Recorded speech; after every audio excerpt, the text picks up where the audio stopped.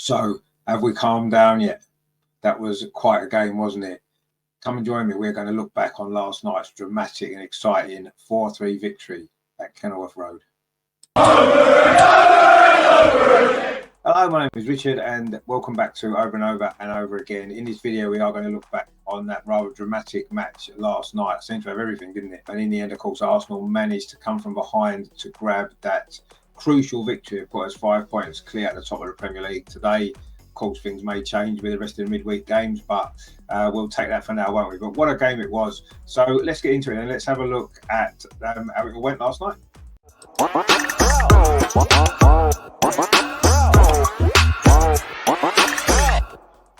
So I think a few of us were expecting some changes to the side after the win against Wolves at the weekend, and there were 3 changes to the starting lineup, which was sensible for me.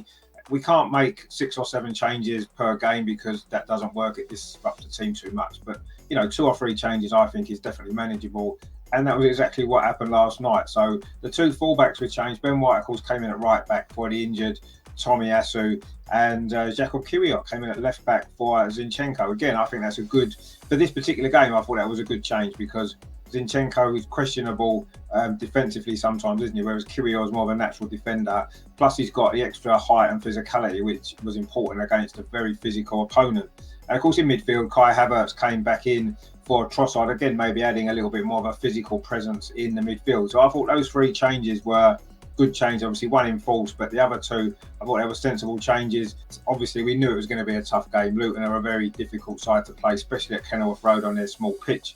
But yeah, I was happy with the team selection. Let me know your thoughts in the comments below.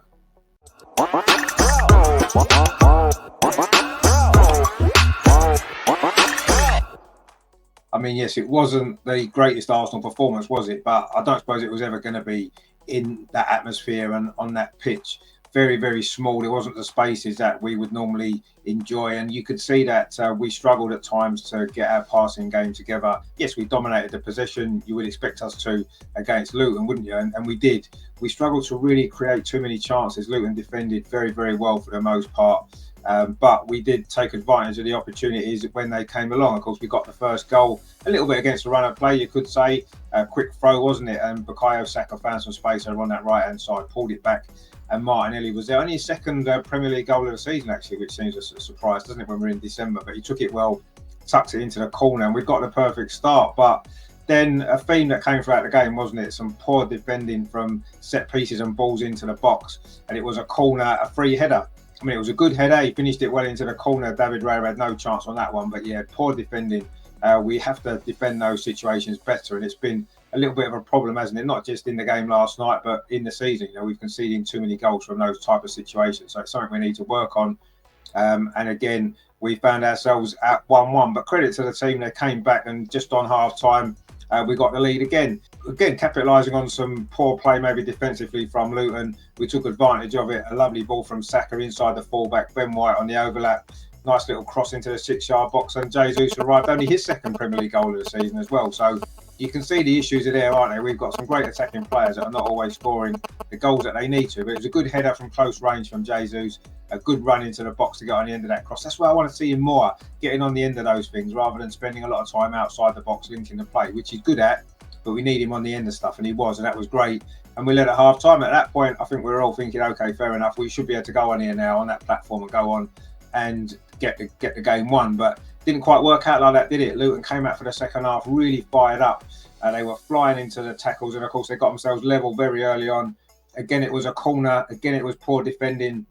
Yes, David Raya got to do better there. There's no doubt. He's got to come out and be more dominant there. And if he doesn't get the ball, at least he's going to get a foul given for him, isn't he? It was a good header, though. Powerful play from the Luton centre forward. And it's 2-2. And suddenly you're thinking we've got it all to do again. But, barely a few moments later, we conceded a really poor goal, wasn't it? It was poor goal all round. Yes, good play from Ross Barkley. Had a good game for Luton in midfield. And it was a decent strike. But the goalkeeper, again, has got to save that. There's no doubt about that. But let's not get carried away on this David Raya, Aaron Ramsdale situation. Edison for Manchester City letting a very similar goal at the weekend. It happens to goalkeepers. They're not going to save every single shot that comes at them. And unfortunately, they do make mistakes and they do lead to goals. And you have to say that David Raya was definitely culpable for those 2 goals in the second half. But that doesn't mean suddenly we should change the goalkeeper again. I think David Ray has done pretty well. And let's be honest, Aaron Ramsdale made mistakes in some of the games he played before at the end of last season and stuff like that. So let's keep a little bit of perspective. David Ray is doing well overall. He didn't have a great game last night, certainly for those 2 goals in particular, but these things happen. But the most important thing from that point, being 3-2 down in a very difficult away game, the character that we showed to come back into that game. Yes, I think it was good that we got the equaliser so quickly. Had we been behind for 15, 20 minutes, I think it would have been really, really tough to even get a draw. The fact that we got the goal back so quickly, it's a well-worked goal as well, wasn't it? Saka's ball sort of lofted over the top, a lovely touch from Jesus.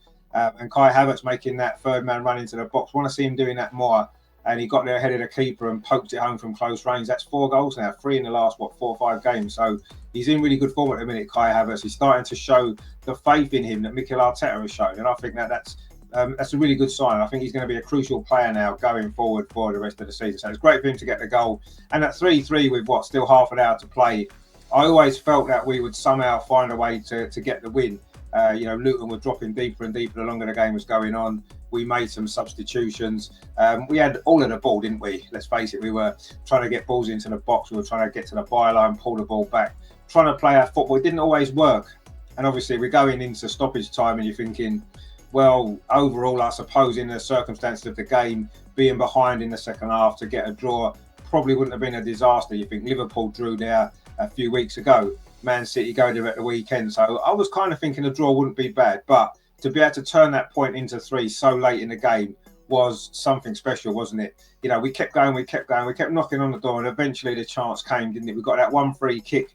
The first ball, it was cleared away and it came back out, didn't it? Ødegaard found Zinchenko. He gave it back to Ødegaard, maybe looking for that 1-2 that had been so successful against Wolves at the weekend. Martin Ødegaard had other ideas, put a lovely ball into the dangerous area, wasn't it? Just on the edge of that 6-yard box. Arsenal had 2 or 3 players in, and of course it was Declan Rice. Had to be Declan Rice, didn't it? Got there above the defender, headed it into the bottom corner. That was basically the last kick of the game. I mean, what a way to win a match. And yes, overall it wasn't a fantastic performance, but it was never going to be. We were never ever going to be able to play our normal style of football on that pitch. I say it's a small area. Luton shut the spaces down really well, and it was always going to be a battle out there. And at times I thought maybe physically we came up short in times during that game. I don't think there's any doubt about that. But what we did do was we showed character to dig in and get the result. And a last-minute winner away from home against anybody in the Premier League, any win in the Premier League away from home is a great result. But in that manner, to come from behind at a difficult place was fantastic. So yeah, not the best overall performance, but the result is all that matters. And that was a fantastic result. And it could prove to be pivotal as well, moving into a really busy December period.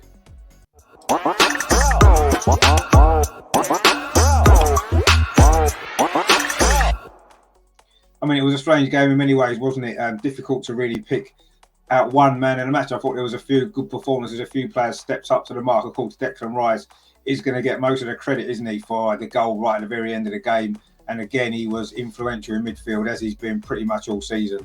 What a fantastic player he is. But for me, I want to give the man of the match to a player who has taken a lot of stick this season, sometimes rightly so, but he's starting to find his form, isn't he? So for me, I'm going to give the man of the match last night to Kai Havertz. I thought he was a good performance from him all round. Obviously, he got the important equaliser as well at a very important time of the game. And I thought overall, it was his type of game, wasn't it? It was quite physical, and I think he kind of enjoys that. I thought he did a really good performance overall. And yeah, I think that he probably just shaded it from Declan for me. Just because, one, I think Declan's had a lot of man in the matches already. He's going to get a lot more, isn't he? And Kai Havertz, I think, is just coming into his own now. We're starting to see exactly what Mikel Arteta has seen in him and why he's come to Arsenal. And I thought last night was probably his best 90 minutes for the club, I think, so far. So for me, I'm going to give man in the match to Kai Havertz. Let me know what you thought, who you thought was your man in the match in the comments below.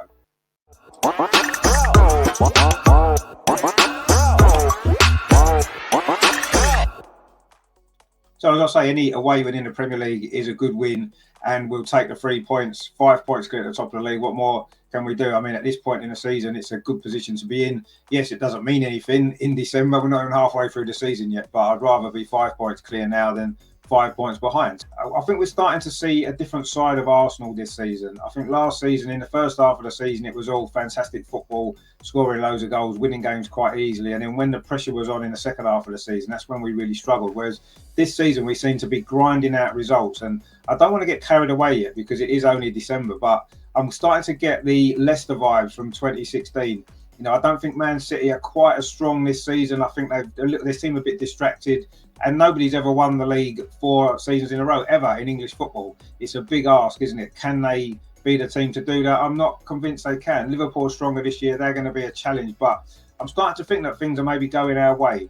As a lot of people know, I haven't been the biggest fan of Mikel Arteta. I still think he's got a lot of faults as a manager, but maybe this is our time. Sometimes it happens like that, you know. And I think last night kind of summed it up a little bit, really. It wasn't our best performance. And, you know, a lot of people say we're fortunate to win that game. And you can probably agree with that. But that's happened a few times this season, the amount of late goals that we're getting. And that's the sign of a team that, one, believes in themselves to be able to still get a result even when things aren't always going well. And also it's a sign of a team that can win big trophies. And I'm starting to think that maybe this might be our year, just because things seem to be falling into place. I think last season, even though we were flying in that first half of the season, I always felt that if the pressure got to us, would we be able to cope? And I was concerned that we wouldn't. And unfortunately, that proved to be the case. This year, it's a totally different situation. The way that we've played up till now hasn't always been the free-flowing football, but we're finding ways to win a game. I think Declan Rice has made a massive difference in midfield. I still think we're a striker away, a 25, 30 goal a season striker. And if we can maybe pick someone up in January, that could be the thing that gets us over the line. But even without that, you know, the goals are being spread around throughout the team. We can see that we've had, I think, the second most different goal scorers in the Premier League this season behind Newcastle. So obviously the goals can come from anywhere. But there's going to be games where, you know, Martin Odegaard's not scoring, Saka's not scoring, whoever it might be. So that's when you need your goal poacher, don't you, to get you a goal in a tight game. And I think maybe if we can get that player in January, I'll be even more confident. But as things stand, I'm really optimistic that this might well be just our year. And obviously we've got Aston Villa on Saturday, another really tough game away from home. They just don't lose at home today. If we can go there and get a result, if we were to go there and win, then my feelings about the rest of the season will be even stronger, that it could well be our time. But overall, so far, got to be happy with how things are going. And I say, maybe it's our time. Hello, my name is Richard. This has been over and over and over again at the Luton Town versus Arsenal match review. Hope you have enjoyed this video. If you have, please give it a like, and why not consider subscribing to the channel. Leave your comments below what you thought of the performance last night. Who was your man of the match? What did you make of it all? How do you think the season's going so far?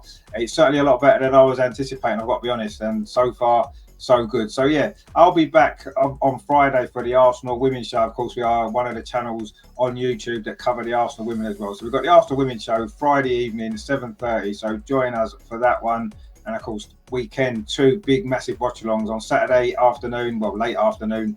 It is Aston Villa versus Arsenal, 5:30 kickoff. I'll be at 5:15 for all the action there. And then Sunday in the WSL, the really big one, Chelsea visit the Emirates, the league leaders.